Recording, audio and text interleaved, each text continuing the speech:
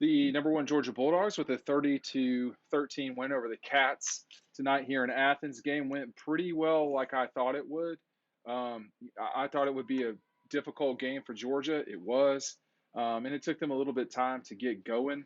But it's just it's too much. Like there's just too much of Georgia. I thought Stetson tonight, 14 of 20, three touchdowns, 250 yards. He's playing better. Like he is improving from what he certainly did last year. But just he did not play as well perhaps as Auburn to sort of say he's improving. I don't know. But what I'm talking about specifically is there's just not a lot of sort of silly plays like you saw against UAB. I think it was UAB. No, it was Carolina where he got the. So I think Stetson's getting better. Will he start from here on out? I don't I don't know. Maybe not. It's this team is not healthy. That's one thing that Kirby Smart talked about tonight. And I think when they get healthy, they could be a really dangerous team. And they're the number one team in the country right now. I apologize for the background noise. Sometimes it can be a touch of an adventure here after the game with young children on the field. But actually, they're on the bridge. Um, I thought Kentucky really tried to effectively run the ball at least a little bit. I mean, they went for 27 carries, a couple of sacks there. Never had a 10-yard run or more, but they did enough. And if you read Dog Post, and if you're watching this and you don't, I mean, shame on you. But you go to dogpost.com. One thing that I talked about in Final Feelings was that Will Levis, who is the Kentucky quarterback, gives him a lot more options. There's more to the Cats now because of Will Levis. Well, the problem is he's not great when he attempts over about 20 balls, say just 26. He's not great. He attempted 42 passes tonight. That's just too much. That's too much against this team. That's too much against almost any team unless you're Mississippi and that's your style. Or maybe your Ohio State or Alabama's going to be that way. I'm not sure. And again, I watched this 8-22 right now. I don't know if the Braves are winning or not. I don't know. I don't know much of anything this second. You watch the Gators play, and I don't do this lightly, but you know, this could be a situation where they come to Jacksonville, and if you score, they could give up. I don't know that, but I thought that today was very underwhelming from Florida, and just not good. And that's Georgia's next fight. I will see what happens with Tennessee. I don't know. It could be that Georgia's played the most difficult games of its regular season. It could be, but you still got to go to Jacksonville, which is, I mean, flashing orange and blue in front of Georgia fans down there is like going to totally trigger them. And then you go up to Knoxville, which I would take completely seriously right now. They're scoring a lot of points. It's a very difficult place to play, believe me, and it's very, very loud. But I think that right now it's hard to argue that someone is a better team than Georgia in this country. It's just not there right now. Now, as time goes on, will that change? I don't know. But these guys, question coming into the season was, can you win the national championship with a defense? And my argument was, you're going to need to score more points than you have been scoring in the past. And like to the clip of, you're going to need to score like 45 points. Okay, well, that was with a few assumptions. Those assumptions are no longer in play because you've got teams are not scoring as often, number one. Number two, Georgia's defense has been really very difficult to deal with. And that's just where we're at with this thing. So tonight, we saw what could be a formula moving forward. I guess Iowa lost today. A lot of times when Georgia plays, it's so hard to keep with other stuff. But with Iowa losing, that's not shocking. I didn't think they would get necessarily past whoever was going to be in the Big Ten East. But Georgia needs to keep winning, and if they get to Atlanta undefeated, then they're going to be in the playoff no matter if they lose by 100. Okay, that's what's going to happen. So tonight um, was complete balance all through it. Let me read this to you, okay? In terms of you talking about balance. James Cook, 51 yards. Zamir White, 51 yards. Kendall Milton, 37 yards. Stetson Bennett, 26 yards. I think Stetson was sacked once. He was. Uh, that's hard to deal with. That's 166 yards of rushing total. They was only sacked once. I don't know how many yards that was. That's a problem. That's hard to deal with. Okay. And then we get to the receiving. Tight ends just everywhere on parade. Uh, Todd Hartley is a recruiting machine, but you have to say at some stage here they're developing too, and there doesn't seem to be much in the way of selfishness. Brock Bowers, 101 yards, 2 touchdowns. Darnell leaping over people, 37 yards, 2 catches. John Fitzpatrick, uh, a 20-yard reception, and a nice ball, by the way, that he yanked in there because that was in harm's way a little bit. Your tight ends are your 3 of your 4 leading receivers with 5, 2, and 1. And I don't know what to say about Brock Bowers. It hasn't already been said. 45 yards after contact. Darnell with 19 yards after contact. They are total weapons. I have to tell you, there are times for me it feels more that it's more comfortable when Stetson is throwing it, and you know, I sometimes get wandered during these. That's why it's called thoughts and not perfectly written.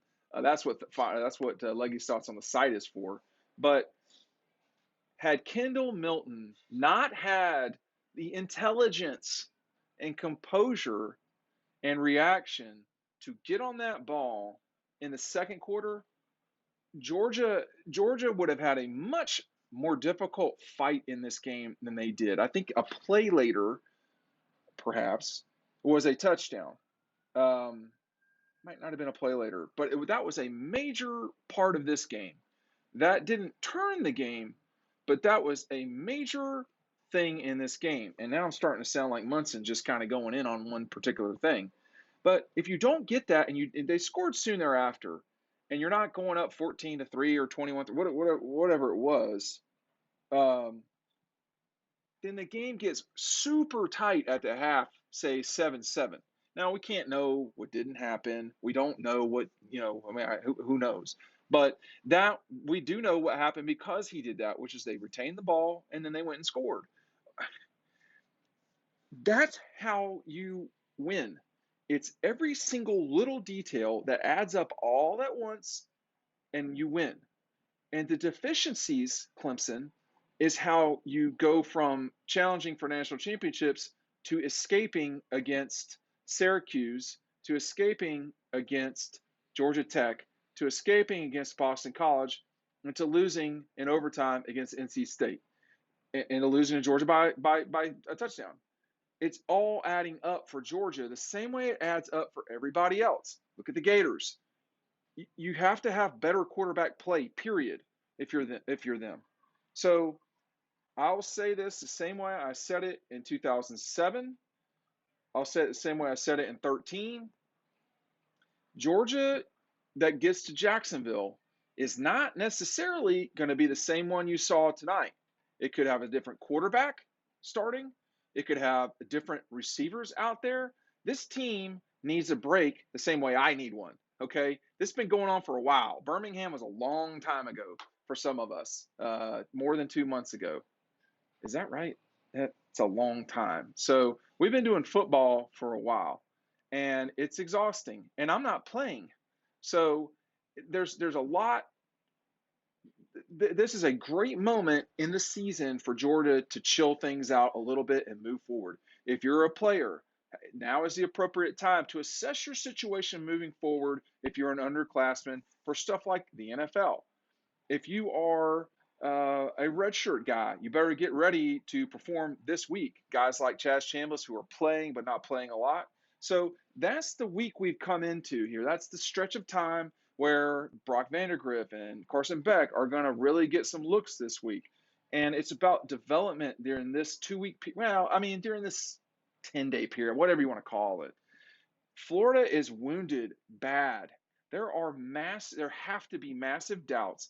There is no excuse for them losing that game today to LSU. None. No excuse. And they lost. It is inexcusable for them to lose that game, and they did. And now you're sitting there with a Florida team that it's not just that they're out of the running for the East, obviously. It's that there have got to be real question marks now about what the future is for Florida. Not if Dan Mullen's going to be the coach, but where are they going from here? When your best season is a 4-loss season. So if you're Georgia, you better go in there looking for a first round knockout.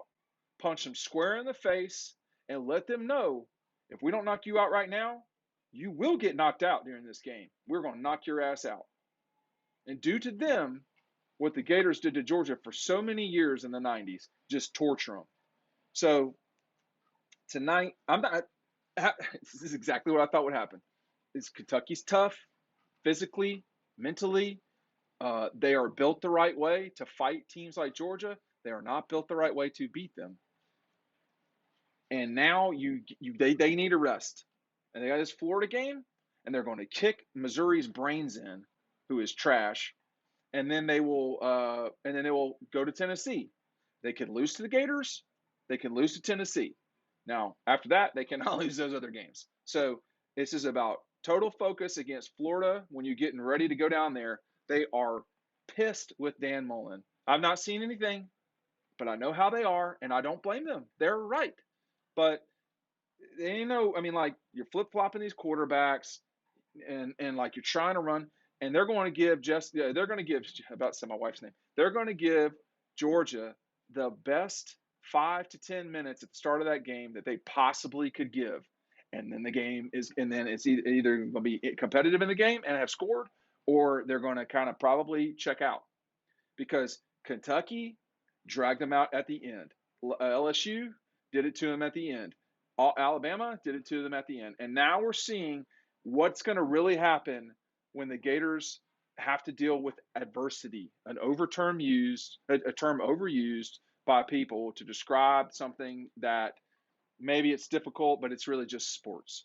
Georgia needs to go down there, take a stranglehold of them, and end it quickly because I get a gut feeling, here, that Florida fans, it's going to bleed onto their team.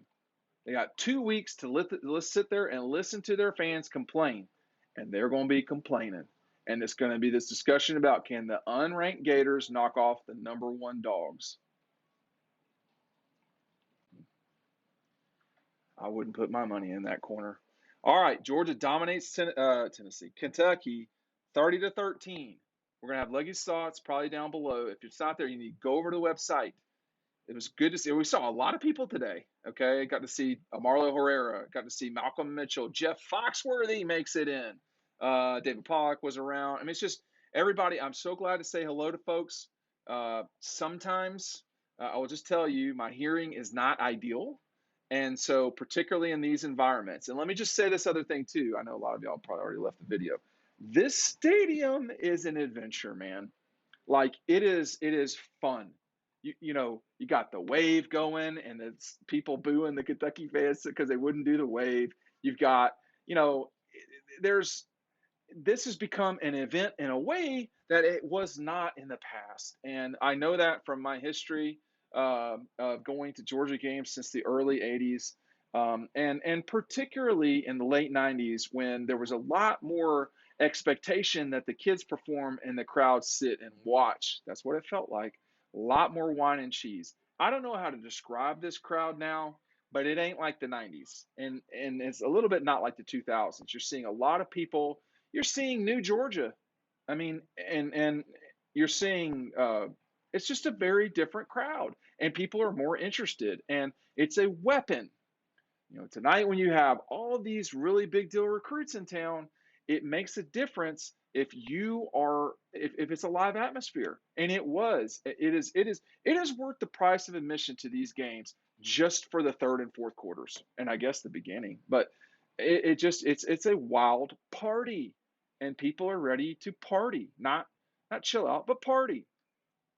And these fans are long suffering, man. They deserve it. We'll see you over on the website.